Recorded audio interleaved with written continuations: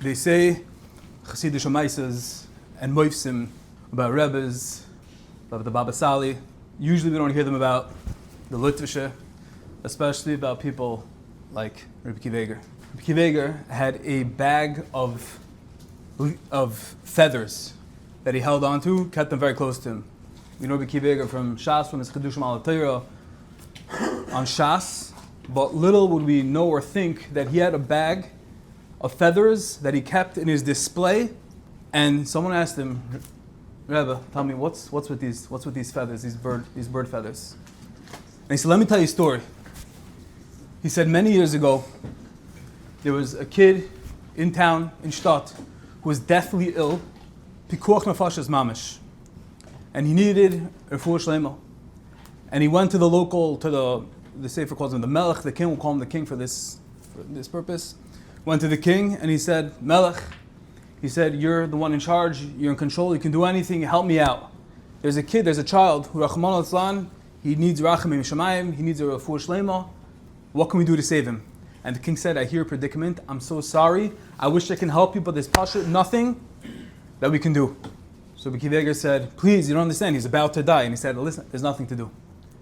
A couple of days passed, Rabbi Akiva Eiger was in tremendous pain and angst. How could it be we're going to let this Yiddish soul, this Yiddish kinder, how are we going to let him pass? And he went back to the king and he said, I'm asking you again. He said, imagine it was your kid. What would you do to save this child? He said, this is literally a Yiddish kinder, is as if he's my son. I need to save him. What can we do? And Rabbi Akiva Eiger said, help me out. And the king said, listen, I'll be very honest with you. He said, not only did it happen, and not only did I know the cure for this, but it happened with my son. He said, but the problem is that the solution, the resolution, the refuah, there's a bird way out in some exotic remote island. It's kimat impossible to get there without tremendous koiches and money, and you're not going to be able to afford it. You're a rabbi in the city, and it's not happening. You're not going to be able to get there. You're not going to be able to get this. It's a chicken out on this island, and you're not going to be able to. Impossible. Rabbi Akiva Eiger was disheartened, and he walked away from the king, and he said, okay. He said, I hear. He said, just give me the details. And he said, this is Kach V'Kach Island over here, and this is the chicken, this is how it looks, and you get that bird, and it'd be good to go. But Rabbi Akiva Eiger walked away, and as much as he was saddened and almost miyuyish, we never forget the Koich HaTfilah. Rabbi Akiva Eiger was made on himself. He said he went home that night. He said he stormed the heavens. Shar Shamayim lo yinalu. Yiddish tear never goes by for waste. And he davened and soaked his tehillim.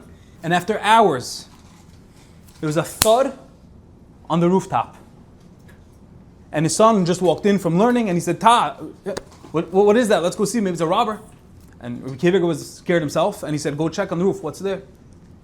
Nisei Nisim, Pilei Ploim. It was that chicken, the exact chicken that was needed from the exotic island that fell on Rabbi Akiva Eiger's roof. They took the bird apart. They made a potion. They saved the kid's life. Not the Baba Sali, not a Chassidish Rebbe, Rabbi Akiva Eiger.